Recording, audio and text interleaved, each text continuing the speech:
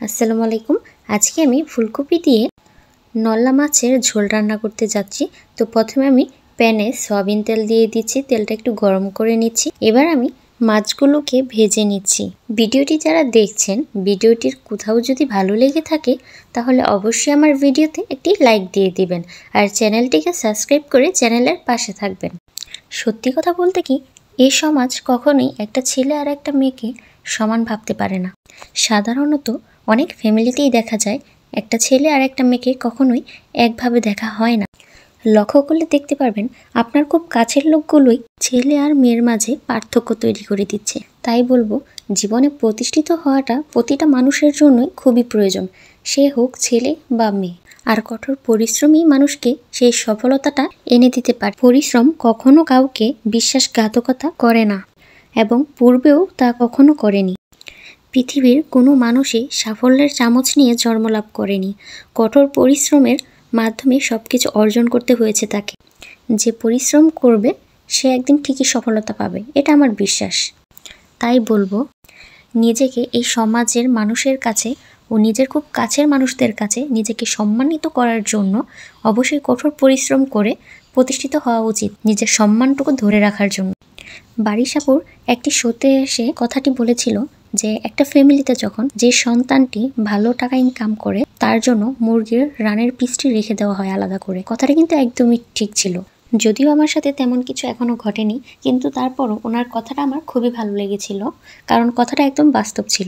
আপনাদের সাথে গল্প করতে করতে আমি ফুলকপি মাছ সব ভেজে নিয়েছি। এবার আমি কড়াইয়ে তেল দিয়ে পেঁয়াজগুলো ভেজে নিচ্ছি, কাঁচামরিচগুলো দিয়ে দিচ্ছি। এবার পেঁয়াজ কাঁচামরিচগুলো একটু ব্রাউন করে ভেজে নিচ্ছি।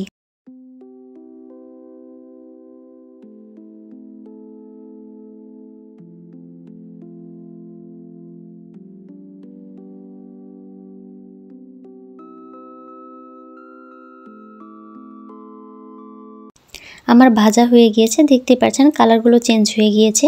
এবার আমি সামান্য পরিমাণে পানি অ্যাড করে দিচ্ছি। এবার নেড়ে চেড়ে নিচ্ছি। এবার পরিমাণ মতো লবণ দিয়ে দিচ্ছি, হলুদের গুঁড়ো দিয়ে দিচ্ছি, ধনিয়ার ফাঁকি দিয়ে দিলাম, পরিমাণ মতো মরিচের গুঁড়ো দিয়ে দিচ্ছি। এখানে ঝালটা আপনাদের ইচ্ছে মতো দিতে পারেন, যে যেমন ঝাল খেতে পছন্দ করেন। এবার ভালো করে মশলাগুলো কষিয়ে নিচ্ছি। আমার মশলাটা কষানো হয়ে গিয়েছে, দেখতেই পাচ্ছেন তেলটা ছেড়ে দিয়েছে। এবার আমি কেটে রাখা ফুলকপির ডাঁটাগুলো ও টমেটোগুলো দিয়ে দিচ্ছি আর ভালো করে কষিয়ে নিচ্ছি মশলার সাথে।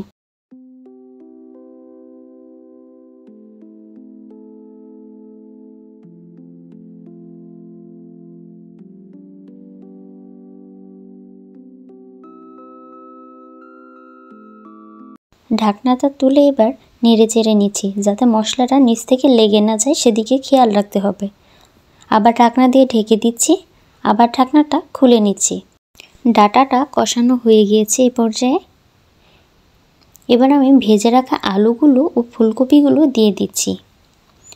ফুলকপিগুলো দিয়ে এবার আবার নেড়ে চেড়ে নিব, সামান্য একটু কষিয়ে নিব। এরপর কষানো হয়ে গেলেই পানি অ্যাড করে দিচ্ছি।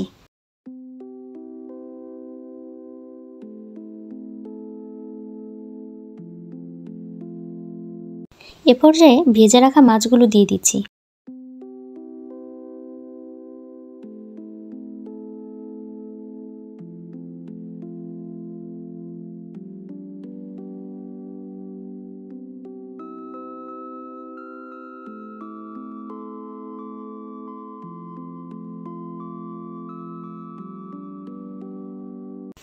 রান্নাটা প্রায় শেষের দিকে হয়ে গিয়েছে।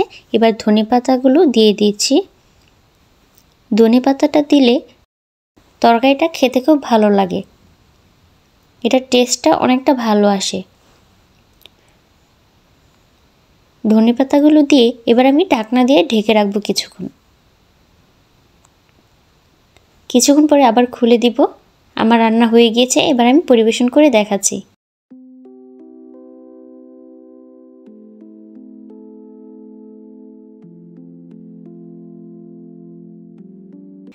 এই ছিল আমার আজকের রেসিপি, ফুলকপি দিয়ে নলা মাছের ঝোল। এভাবে রান্না করলে খেতে অসম্ভব লাগে। এখন ফুলকপির সিজন চলছে, আপনারা চাইলেই রান্না করতে পারেন। ভিডিওটি যদি ভালো লেগে থাকে তাহলে অবশ্যই একটি লাইক দিয়ে দিন। আজকে এ পর্যন্তই। আল্লাহ হাফেজ।